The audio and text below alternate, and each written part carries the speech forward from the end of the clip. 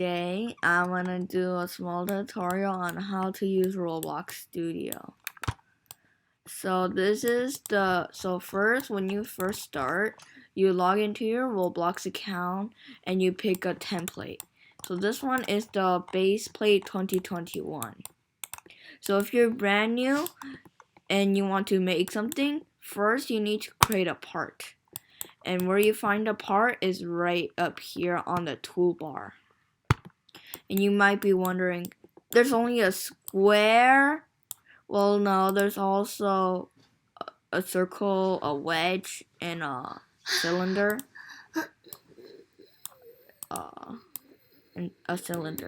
So when you first start, I think your move is one stud, which is one of these small little cube things. So if you're on a MacBook or a Mac, to rotate it's Command R and Command T. If you're on a Windows computer, you use Control R and Control T. So let's see if you so you might be wondering, how do you move it? It's just you have to keep creating these blocks and keep duplicating them. Well, no, of course, why would you do that? There's a scale button where you can move it like a lot.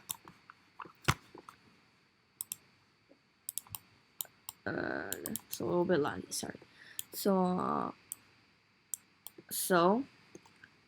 here is a little plate thing, and there's only one color and one type of material, you might be asking. No.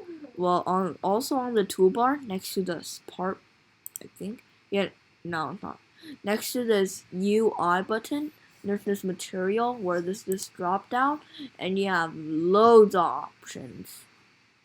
So I'm just gonna use metal. And right next to the materials, there's another drop down where it's color. And there's a big selection of colors. Like that. So now, I don't really know how to code, so maybe go watch a different video for coding.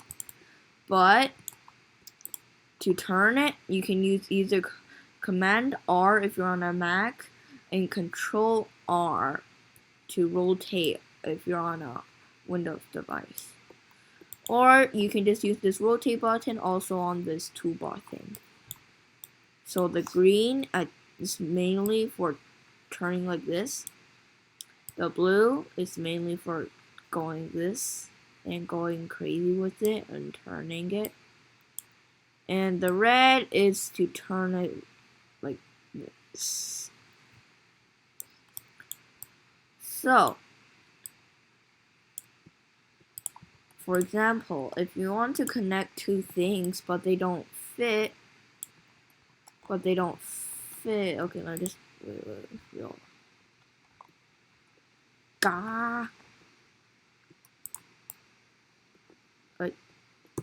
And they don't fit like this, then you can go to the models tab, which is up here. Then on here, by default, I'm pretty sure it's one stud, so you should just see this one and a stud. So you want to go to this drop down and to whatever you like. You can do 0, which is move freely, or 0.2, which I do recommend because I use it a lot. And then usually you can just connect them. And I wouldn't really recommend it if your computer is very laggy. Well, if you want to see if the two parts are connected, here on this main part, you can see this join surfaces. So if you click it, you can see this white barrier. So when you connect something, not again. So when you connect something, the part that you're connecting to, I have no clue what is wrong.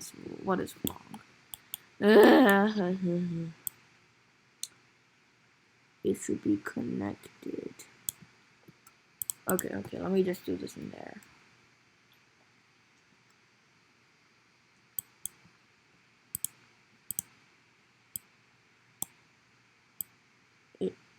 Oh my god. So it should connect if you have it on. Like, see, you only see one white line instead of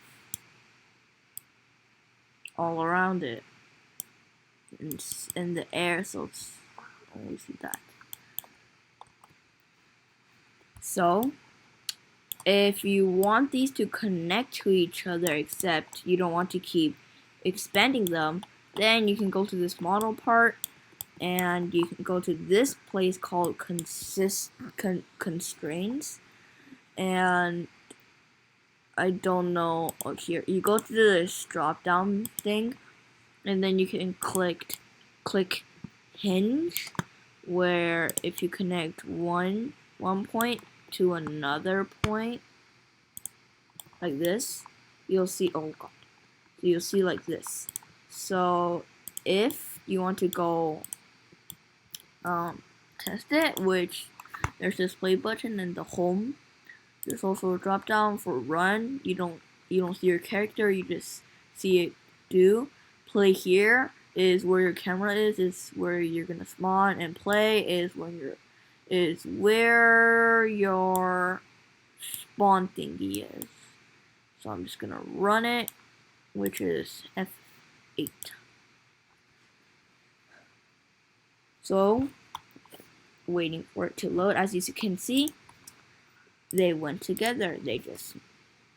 So if I pull this out, you can see it's moving it because of the hinge. So you can make a door out of this, except I'm terrible at making them. So I'll try making one, but maybe in a different video. This one gets a lot of views. I might. So that's the hinge. And to delete them, you have to go to the part in the Explorer, which you go to the view. In the properties, you go to properties, and then you need Explorer. So you click it.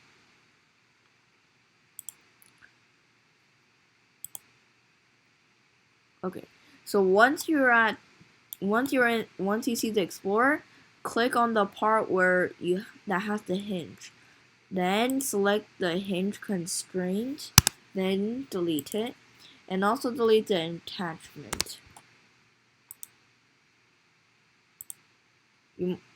On the other part, you don't need to delete the hinge again, but you should delete the attachment, because if you have a lot of hinges there and you deleted them all, it's gonna be a mess with all the attachments. So yeah. So here's another thing that if you want to make it look good, the terrain editor. So here at the home page or home bar, whatever you want to call it, there's an editor right here. Click it, and now you have this little sidebar or some tab, whatever it's called. And then here you can generate, where Rock brings up this, and this is where all the good stuff happens. So you can see where you want it to spawn. Inside that blue box is where I'll spawn. So I'll just spawn right here.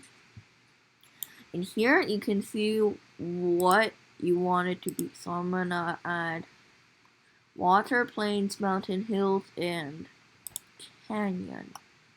Biome size, I have no clue what this is.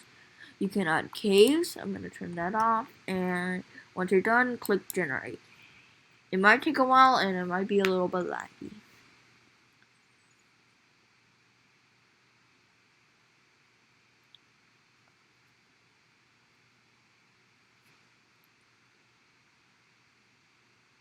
Alright, so it's done. Let's see. I don't see anything. Maybe if we just go down a little bit.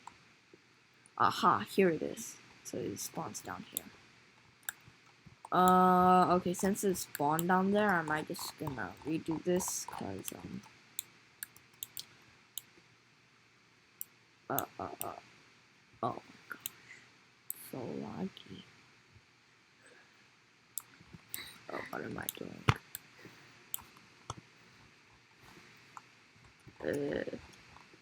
So here's another tip. If you don't want to, so for example, if you're very high and you don't want to wait so long on your mouse, if you have one, use the scroll feature on the mouse and you can zoom quickly.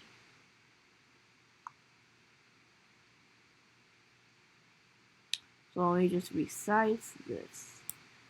And let me generate it again. Wait. And also, it could be a little bit satisfying for you to watch it generate.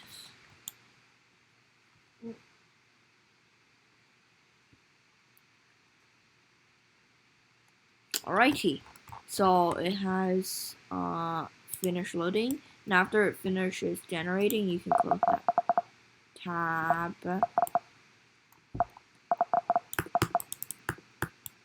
And as you can see, here's the thing I generated. Okay, I did not know they were gonna be lava. So if you go in, you see it all clearly because you want to see it clearly, right? So here's the thing I generated, not what I was expecting, but quite good. So if you want stuff to help you build, for example, oh my god. So if you want something to help you to build easier, I recommend by downloading Building Tools by F3X. You can find this on the Roblox homepage by going to Create and then Library, and then on the tabs on the drop down, click on it, and then it'll show plugins. And after you click the plugins, you search Building by F3X. Or I think you're just doing the toolbox here. Building by F3X. I think it's here. Yeah, it's this one right here. Not this one. Although I think it's the same, but it's this one. Building Tools, this one. There are also other plugins like these. And like those. I'm not gonna explain, sorry. And one more thing. There's a toolbox. So when you start creating, you start with the toolbox. And this toolbox is basically like a marketplace where all the models are free, but there's a catch. I don't really know the catch. I don't actually know what it is, but some of them you should not use. I just don't know why, but someone told me this, so yeah. So let's just search for let's see. A lamp? Lamp. Sure, a lamp. So as you can see this, and many lamps come up. So maybe I'll get this one. So if you want to load it in, there's two ways. One is by clicking the item and waiting it for it to load. Another one is by dragging it in to where you want it to be. Sometimes it does not work, and sometimes it can be very laggy. So here my street light is. So this will be a basic understanding of Roblox Studio. There are some other stuff I did not cover, but I'm pretty sure you can explore, or I may make part 2 to this. So I hope you enjoy this video. If you did, smash the like button and subscribe please. And I'll see you guys in the next video.